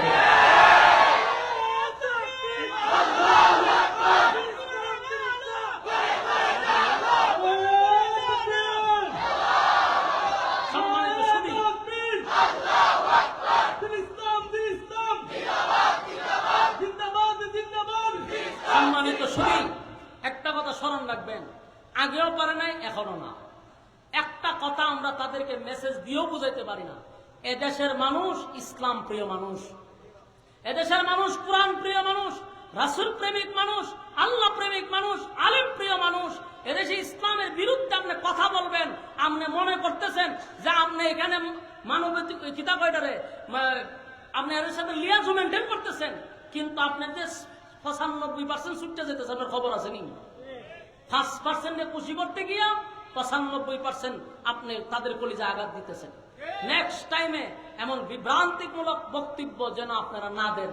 আমরা মাঝে মধ্যে কিছু বললে আমরা রূপে কেফে হয়, আমরা বিরুদ্ধে বেড়া তোরা যেইভাবে ভুল টুল করা শুরু করছস, আমরা তো তোদের দরদি হইয়া বলতেছি যে মানুষ তো সরে যেতেছে। কারণ ঈমান হলো আমাদের সবচেয়ে বড় মূল্যবান একটা সম্পদ। আমরা এখন মুদ্রার এপিডার ওপিড, এটা যেমন একটা বিভ্রান্তিমূলক বক্তব্য, আবার কেউ বলে আমরা শরিয়া আইনি মানি না, এটাও আর একটা বিভ্রান্তিমূলক বক্তব্য। এগুলো পুরাটাই কোরআনের সাথে সাংঘর্ষিক। এরকম বক্তব্য 96% মুসলমানের দেশে দিবেন না। আমরা চাই ইসলামের শক্তি আগামীর বাংলাদেশ, ঠিক কিনা বলেন? আগামীর বাংলাদেশ ইসলামের বাংলাদেশ, আগামীর বাংলাদেশ মৌলবাদীর বাংলাদেশ। যারা মৌলবাদী পছন্দ করেন না, চ্যালেঞ্জ করছি, আগামীর বাংলাদেশ হবে মৌলবাদীর বাংলাদেশ। এদেশে থাকতে গেলে মৌলবাদীদেরকে গণেই থাকতে হবে। মৌলবাদীদেরকে মাইনাস করে বাংলার জমিনে কেউ অতীত বসতে পারে নাই, ভবিষ্যতেও বসতে পারবে না। সম্মানিত শুনি, সম্মানিত শুনি, আমার কথায় আপনার একটা জিনিস বুঝার চেষ্টা করুন। এই দেশের প্রতিটা মানুষ কোন না কোন ইমামের সাথে জড়িত। আপনি দেখেন সারা বাংলাদেশ হিসাব করেন, আপনি নামাজ না পড়েন, রোজা না রাখেন, আপনার আমলের ঘাটতি আছে, কিন্তু প্রত্যেকটা এলাকার ইমামকে কিন্তু ওই মহল্লার মানুষ সম্মান করে, ঠিক না বেটি? তাহলে কোন না কোন ভাবে ইমামের সাথে তার একটা সম্পর্ক অবশ্যই আছে। এরকম গোটা বাংলাদেশে লক্ষ লক্ষ মসজিদ আর লক্ষ লক্ষ ইমামের সাথে গোটা বাংলাদেশের জনগণ কোন না কোন ভাবে জড়িত। আপনি যে একজন হুজুরে মৌলবাদী কইবেন, এই জনগণ আপনার প্রতি কেফা। যদিও দালালি করার জন্য আপনার লিডার মানতে গিয়া কিছু বলে না, কিন্তু বিদ্রোহের বাইরে যে আমার ইমামরে তুই মৌলবাদী বললি। সুতরাং এতে ফল ভালো হয় না। এদেশে থাকতে গেলে আপনাকে মৌলবাদীদেরকে আপনি গন্তুইব, কারণ এদেশে যত রক্ত দিছে সবচেয়ে বেশি মৌলবাদীরা রক্ত দিছে। কারে ইঙ্গিত দিয়া কথা বলেন? বাংলাদেশে সবচেয়ে বেশি রক্ত আলেমরা দিছে। এই দুই হাতে সবচেয়ে বেশি আঙ্কাপ আলেমদের হাতে পড়ছে, হাতে বেরি আলেমদের লাগানো হয়েছে। 16 বছর আলেমদেরকে জেলে বিভিন্ন নাটক দিয়ে জঙ্গি বলে বলে ঢুকাইছে। আলেমদের চেয়ে নির্যাতিত বাংলাদেশের কেউ না। সেই আলেমদেরকে আপনি মাইনাস করতে চান, কসম খোদার লিখে রাখুন, মাইনাস করবেন আপনি মাইনাস হয়ে যাবেন। কারণ মানুষ এখন আর বোকা না। এদেশের মানুষ আলেমদেরকে কোনো না কোনো ভাবে আলেমদের সাথে জড়িত। বাস্তব না বাস্তব? সম্মানিত শুধু আমি আজকের আলোচ্য বিষয়টা হলো ঈমান। বলুন আলোচ্য বিষয় কি? তাই ঈমানের আমি একজন ওয়াইজ হিসাবে আমার যে দায়িত্বটুকু পালন করার সেটাই পালন করতেছি। ঈমানের হেফাজতের দায়িত্ব আমার নিজের। আমার ঈমান 5% আমার হেফাজত করবে না। কথা বুঝতেছেন? যতটুকু দরকার সংখ্যালঘুদেরকে যতটুকু দরকার আমরা ততটুকু করতেছি। বাংলাদেশে যদি জামায়ানা হালতে কেউ থাকে, এটা সংখ্যালঘুর আছে, শ্বশুর বাড়িতে আছে, বাংলাদেশের শ্বশুর বাড়ি। আমরা তাদের সাথে লাগিও না, তাদের উপরে হামলাও করি না। তাদের নিরাপত্তা দেওয়ার দায়িত্ব প্রশাসন আছে, রাষ্ট্র আছে, সবাই আছে। এদেশে কোনো দ্বন্দ্ব হয় না, হিন্দু মুসলিম একসাথে চলাফেরা করতেছি। নতুন করে আপনি গিয়া রোজারে আর পূজারে সমান করেন না, এত মাখামাখি যাই না। আপনারা এখন আমরা মহব্বত করতে করতে এমন জায়গা তুলছেন, এমন এক কথা এখন আমরা মুখ দেখাইতে না, আমরা বুঝাবার হুজুর কিতা আপনারা দোল দিতা করে, আমরা কিতা করতাম করছেন। কয়া লাগাই দেখো আপনার দল হুজুর রইল তো আপনার দলে কিতা কয় হুজুর হেরা কয় আপনারে মুখ তাহানা হন কি কইতাম এলে সাবধান উল্টা পাল্টা বইলেন না আল্লাহ রস্তে মাপ চাই ইমান এমন একটা জিনিস ছোট্ট কথায় চলে যায় এক বেচারা গেছে ফার্মেসিতে আমার সামনে আমি ওষুধ লইতেছি আমার সামনে কি হবে কালকে যদি আপনি ওষুধটা না দিতেন মরি গেছিলাম না আমি ওর মুখের পয়সা দিয়েছি দেখেন এই যে কথাটা কইছে কয় বুকে ব্যথা উঠছে ওষুধটা খাওয়ানো বাচ্ছি তার মানে তার একদিন হইলো ওষুধ এর বাঁচাইছে ইমান আছে না গেছে পরে আমি বুঝাইলাম যে ভাই এইভাবে কইেন না যদি আল্লাহ বেজার হয় আপনি যেটা কইলেন এটা তো সিরিকি কথা করে কহ এটা কথা ঠিক আমি এইভাবে কইেন না ওষুধ বাঁচাইছে কেমন কইলে ওষুধ খাইছেন আল্লাহ ভালো করছে এটা কই না এটা হয়তো কষ্ট লাগে না এরকম আসেনি আবার অনেক মানুষ আমার ফুলাটা যদি লন্ডন না থাকতো তাহলে না খাইয়া বললাম যাও অনেক কিছু টাকা পয়সাতে চলতেছি বোঝা যায় ফুলায় হেরে বাসায় রাখছে এই যে ছোট ছোট ছোট ছোট কথাগুলি বলেন এগুলার মধ্যে ইমান যাওয়ার সম্ভাবনা আমরা সচেতন হয়ে কথা বলবো রাজি আছি ইনশাআল্লাহ এবার আসুন তাহলে কয়টা শর্ত ইয়াদ আছে এক নাম্বার শর্ত বুঝলা গেছে অনেকে কেউ কুরআন বলে হারা রাত ওয়াজ করলাম ইউসুফ আর জুলেখা সকালে গিয়ে ইমাম সাহেব হুজুর কালাতে ওয়াজ করছিলেন ইউসুফ আর জুলেখা জুলেখা বেটা না বেডি ইমামের মাথা দাঁত দেখো সারাটা রাত ওয়াজ করলাম কি হে আমার জিগা বেটা না বেডি তখন তো দুই আলোচনাই করতেছি ইমান প্রথম শর্ত কুরআন বলুন এক নম্বর শর্ত কি ইমান কয় শর্তের বিনিময়ে দুই শর্তের বিনিময়ে আল্লাহ জান্নাতুল ফেরদাউসের মেহমান বানাবে তাহলে আমরা এতক্ষণ শুনলাম শুধু এক বিষয় এখন আসুন ওয়া আমিলুস সালিহাত দুই নাম্বার হলো নেক আমল বলুন দুই নাম্বার কি নেক আমল এক নাম্বার ঈমান দুই নাম্বার হলো নেক আল্লাহ বলেন ওয়া আমিলুস সালিহাত তোমরা দুই নাম্বারে নেক আমল করো তাহলে ঈমান আর নেক আমল এই দুইটার বিনিময়ে আল্লাহ সুসংবাদ দিয়েছে জান্নাতুল ফেরদাউস তাহলে আমরা কার ইবাদত করব আল্লাহ বলেন أفحسبتم أنما خلقناكم عبثا وأنكم إلينا لا ترجعون رب كريم বলেন তোমরা কি মনে করছো আমি তোমাদেরকে অনর্থক দুনিয়ায় পাঠাইছি আপনারা কি মনে করেন অনর্থক বেহুদা আল্লাহ অনর্থক আমাদেরকে দুনিয়ায় পাঠান নাই খাওয়ার জন্য পাঠান নাই যদি খাওয়ার জন্য পাঠাইতো হাতি কিন্তু জনমের খাওয়ান খায় ঠিক নেই তাহলে শুধু হাতি খাওয়ার জন্য বানাইলে যথেষ্ট ঘুমের জন্য যদি বানাইতো গাদা শুয়াও ঘুমায় খারিও ঘুমায় আল্লাহ গাদা বানাইলে যথেষ্ট ছিল আল্লাহ কয় ওয়ালাকাদ কাররামনা বানি আদম আমি সর্বোচ্চ সম্মান আর মর্যাদা আদম রে দিছি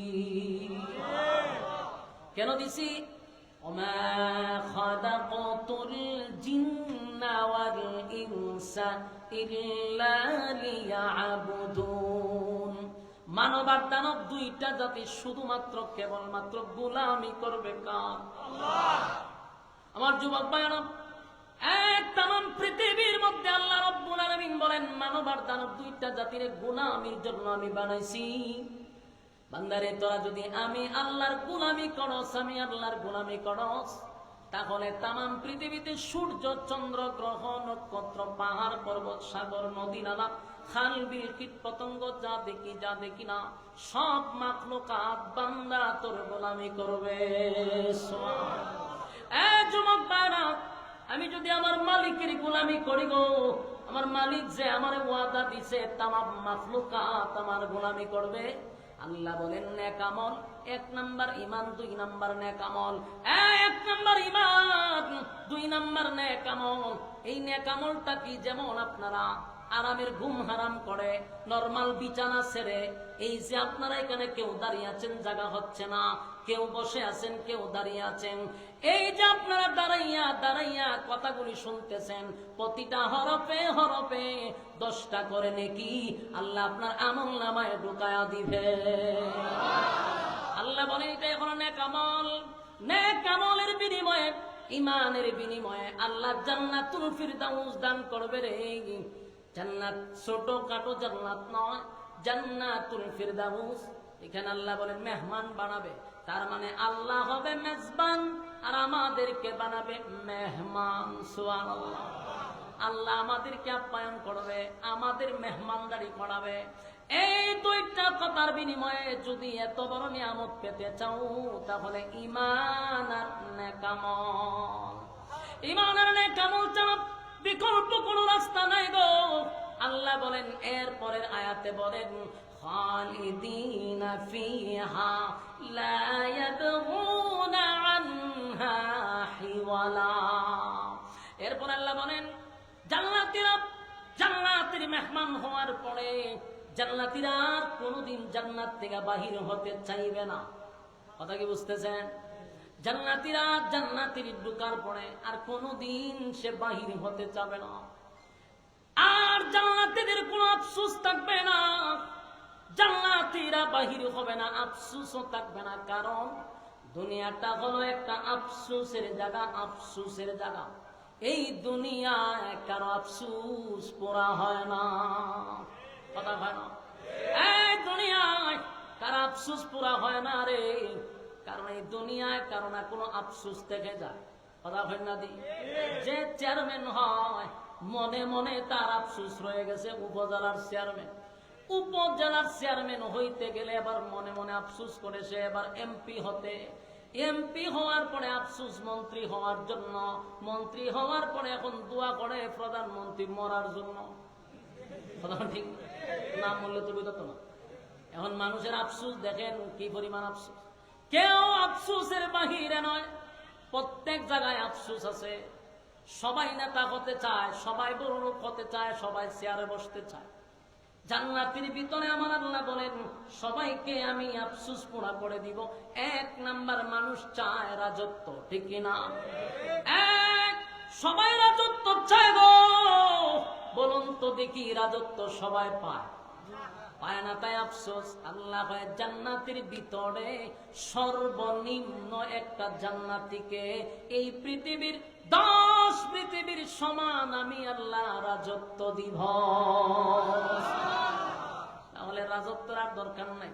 এবার দুনিয়াতে মানুষের যে আফসোস আর আশা আকাঙ্ক্ষা, মানুষ কোনোদিন বৃদ্ধ হতে চায় না, বৃদ্ধ হতে চায় না। না হলে চায় সাদা যদি হয়ে যায় দাড়ি আর চুল, সেলুনও গিয়ে ডিরে খালা করে, ঠিক নেই? যদি জিগান বলে চাচা দাড়ি ছিল সাদা, এটা কালো হইলো কেড়ে, এখন আইলে বুড়া দেখা যায়। তার মানে চাচা মিয়া চায় না কোনোদিন বুড়া হতে। এই যে তার একটা আফসোস, বুড়া হয়ে যাচ্ছে। আল্লাহ কয় জান্নাতের ভিতরে আর কোনোদিন বুড়া হবি না। রব্বে কারীম বলেন, যুবক বানায় রাখবো, বয়স বাড়বেও না কমবেও না। দুনিয়ায় যে কত আফসোস। কেউ যদি 5 ফুট হয়, এমন চায় 6 ফুট হইতো, আমি একটু লম্বা সম্ভব হইতাম। মনে আফসোস আছে না নাই? যে 1.5 ব্যাটারি কয়েক ফুট লম্বা, হেতে চায় অনেক বড় হইতে গা। কিন্তু হারানা জীবন আফসোস যে আর লম্বা হইতো না, লম্বা হইব নি। 4 ফুটটা মানুষ অথবা 3 ফুট মানুষ যদি দোয়া করে, আল্লাহ খাবার শরীফের ইমামরে 12 করে লইমু, সারা দেশের মৌলবী একটা দোয়া করে দিব, আমি 2 ফুট লম্বা যাবো গা। দোয়া কবুল হইব নি? কথা কই না, দোয়া কবুল হইব। এখন এটা একটা আফসোস। একবারে খালা বেড়া ওখানে যদি কয় মক্কার ইমামরে লইয়া দোয়াটা করলে খানার খাবার সামনে, তাহলে আমি ঘুমতে উঠতে জন্য দেখি আমি সাদ হয়ে গেছি। দোয়া কবুল হইব নি? এই দোয়া কি কবুল হওয়ার জিনিস? কিছু কিছু জিনিস কোনোদিন পুরা হবে না। কালো মানুষ কোনোদিন সুন্দর হয় না, খাটো মানুষ লম্বা হয় না। তাহলে কালো মানুষের আফসোস, খাটো মানুষের আফসোস। কথা হয় না দেখি? আফসোস পুরা হবে না। জান্নাতের ভিতরে আল্লাহ হয় কমপক্ষে 60 হাত লম্বা। সুবহানাল্লাহ, বাড়ি গিয়ে হবে আমার বুঝমত হইছে না। কমপক্ষে 60 হাত লম্বা আল্লাহ জান্নাতীকে বানাবে। তাহলে আফসোস কেন করবে? আর সৌন্দর্যের দিক দিয়ে আল্লাহ বলেন, কমপক্ষে ইউসুফ নবীর মতো সুন্দর বানায়া দিব। জান্নাতের ভিতরে রব্বে কারীম রাজত্ব দিবে গো, রাজত্ব দিবে লম্বা আদম নবীর মতো, সুন্দর ইউসুফ নবীর মতো, কণ্ঠ দিবে দাউদ আলাইহিস সালাতু ওয়াস সালামের মতো, যে দাউদের কণ্ঠ শুনলে জ্বলন্ত উড়ন্ত পাখিরা জমিনে বসতো, আর সমুদ্রের মাছ লাফাইতে থাকত। আল্লাহ এমন দিব নিয়ামত, আর আরো নিয়ামত দিব। দুনিয়াটা হলো একটা আফসোসের জায়গা, আবার এটা হলো স্যাম্পল। এটা কি আরো জোরে স্যাম্পল বুঝুননি? আপনারা যারা চাল কিনতে গেছেন বাজার, বড় বড় দোকানে গেলে দেখবেন সামনে ভিক্ষা লয়ে বসেছে, মানে দোকানের মালিক যে দেখবেন ওই কাফের মধ্যে ওখানে কুতুর চাল, ওখানে কুতুর চাল, ওখানে কুতুর চাল। মানে আমরা তো দোকান বলে পয়সা পাইছিলাম তো আমি নিতাম চাল, এখন দিয়ে আপনারা দেওয়ান লাগবো বলে কেড়ে বলে আমাদের ভিক্ষা লয়ে বসে। এবার বলবো বেড়া এটা স্যাম্পল, তোর কয় টন লাগবো পিছনে গুড়াও ঠিক নেই, সামনে দাঁড়ি বইয়া রয়েছে। এটা স্যাম্পল, এটা সামনা, গোডাউন পিছনে। গোডাউন কোথা? দুনিয়াটা স্যাম্পল, গোডাউন পরকালে। কথা কয় না? দুনিয়ার সৌন্দর্য সব স্যাম্পল, স্যাম্পল, স্যাম্পল, পরকাল গোডাউন। কথা কয় না? দুনিয়াতে বিয়া করছেন একটা, তাও জন্ম নিয়েছে বাংলাদেশ এমন টাটা পড়ছে রে, একটা আর বেশি দুইটা করণ যাবা।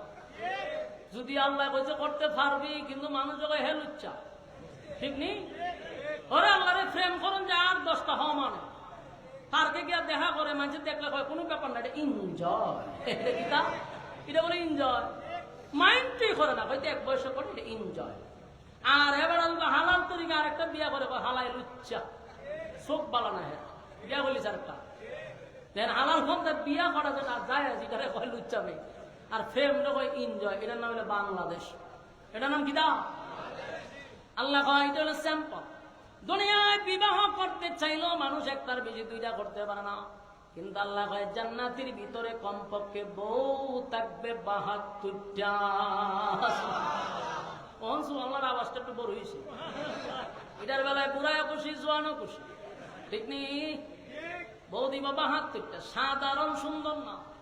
আমরা দুনিয়ার বউ এটা যদি একবার দেখলে কতক্ষণ পরে আর দেখতে মন চায় না, কিন্তু হেরারে একবার যে চাইবেন আপনি 40 দিন চাইই থাকবেন। আপনি একটু চিন্তা করেন যে 40 দিন চাইই থাকবেন, কি পরিমাণ সুন্দর আল্লাহ বানাইছে। পিছনে 61 বউ হারিয়ে গুতা মারবো, কি 40 দিন হয়েছে তো আর কত চাইতেন, আমার পিছনে 61 জন। তখন এরকে হুশ ফিরবো যে কথা তো ঠিক না, আল্লাহ কি সুন্দর করে বানাইছে। সুবহানাল্লাহ, সুবহানাল্লাহ। জান্নাতের ভিতরে হরগেলমান আপনাদের জন্য অপেক্ষায় আছে, কমপক্ষে বউ দিব 72টা। এখন এটা ওয়াজ যারা সুশীল সমাজ আছে না, নাস্তিক মার্কালো, এরা কইব এটা তো হুজুর রাখবো, এটা কাল্পনিক, তাহা শুনি এরা একটা বিত্তে সন্দেহ লাগে। কইটা জান্নাত দিব, হুর দিব, কত খবরের দ্বারা যায়, বাঙ্গা খবর, ফুলও দেখি না, আগুনও দেখি না। কিন্তু প্রশ্ন করে তো হয় হুজুর আমরা এখন খবরের ভিতরে আগুন জ্বলবো, কত বাঙ্গা খবর তো যায়, আগুন দিয়ে ধরে না। আবার জান্নাতের ভিতরে ফুল গ্রাম বিভিন্ন জিনিস থাকবো, কত খবর দা যায়, কিচ্ছু তো ভাই না।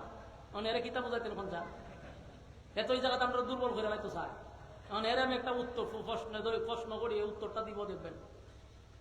আমরা কয় কত খবর, বাঙ্গা খবরের দ্বারা যায়, জীবনে কোনোদিন আগুনও দেখলাম না, জান্নাতের ফুল বাগানও দেখলাম না। কারণ আমি যদি কই যে যে ঘুমায়া থাকে আর যে জাগ্রত থাকে, ঘুমানো ব্যক্তি স্বপ্নে যা দেখে, জাগ্রত ব্যক্তি তা দেখেনি। কথা বই না দিই, আমি তারা ঘুমাইয়া এবার আমেরিকা গেছে না, ঘুমানি তো আমাদের আমেরিকা ঘুরে আইছে, সাগর ভরে হে স্পিড বোট চালাইতেছে, হাওয়া কালতেছে, হ্যাঁ গার্লফ্রেন্ড বয়ফ্রেন্ড সব লোক ঘোরাঘুরি করতেছে, আমরা দাঁড়ে বইয়া হ্যাঁ ঘুমের মধ্যে হাসতে আছে, লাড়াতে কি দাঁড়িয়ে হাসস কেন?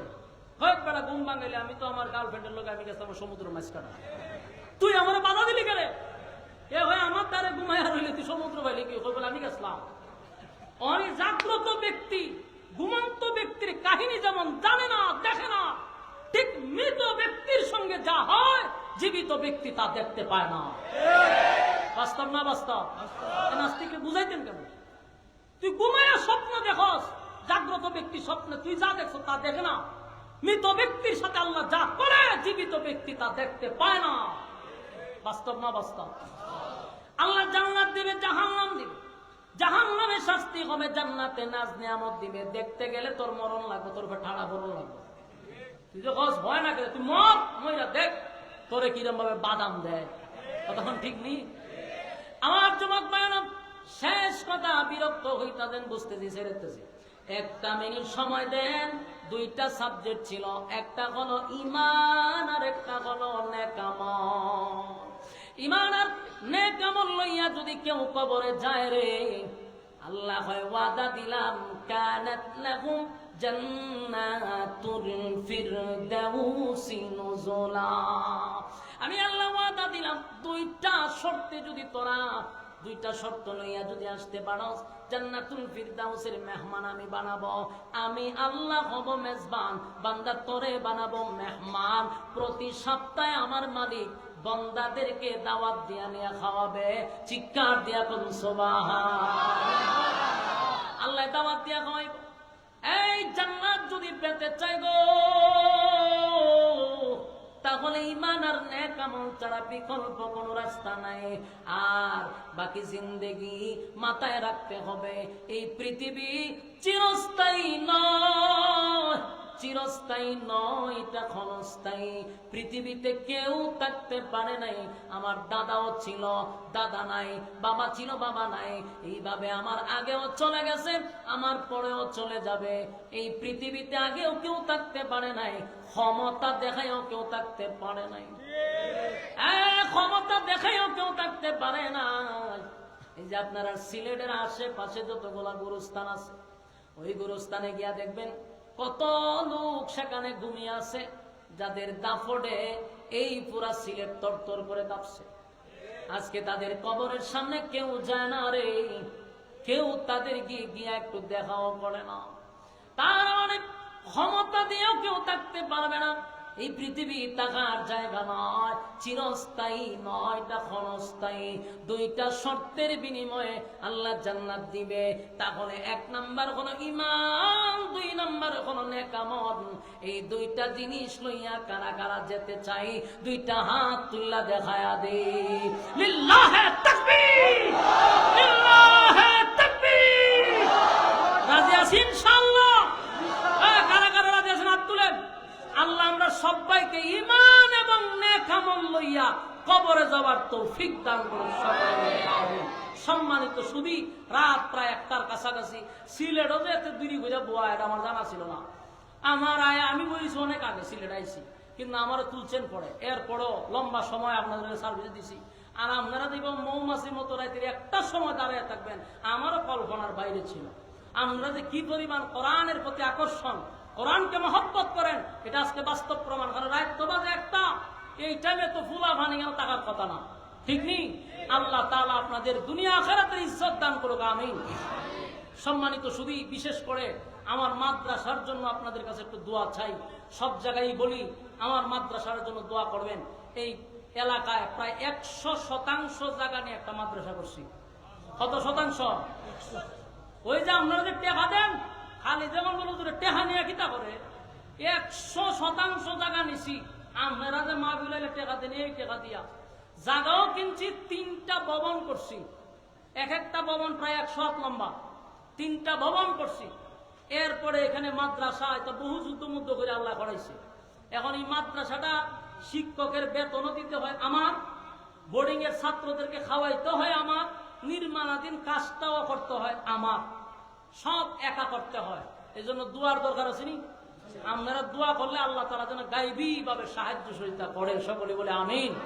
একা মানুষ এত বড় প্রতিষ্ঠান চালানো সম্ভব না, এরপর দোয়া চাই কোন না কোন একজন আল্লাহর প্রিয় বান্দা এখানে থাকতে পারে, যাদের দুয়ার বরকতে আল্লাহ গায়বী সাহায্য দান করতে পারে। আমরা সবাই আমাদের সবাই আমরা দোয়া চাই ইনশাআল্লাহ। অসুস্থ আব্বা নাই, আব্দুল মতিন সাহেব না? জি ইনশাআল্লাহ আমরা অনেকে দোয়া চাইছে। কাইম ভাইয়ের আব্বা আব্দুল মতিন সাহেব, হাজি সাহেব, এরা দোয়া চাইছে। আমরা কাইম ভাইয়ের আব্বা ইসিওতে আমরা দোয়া চাই।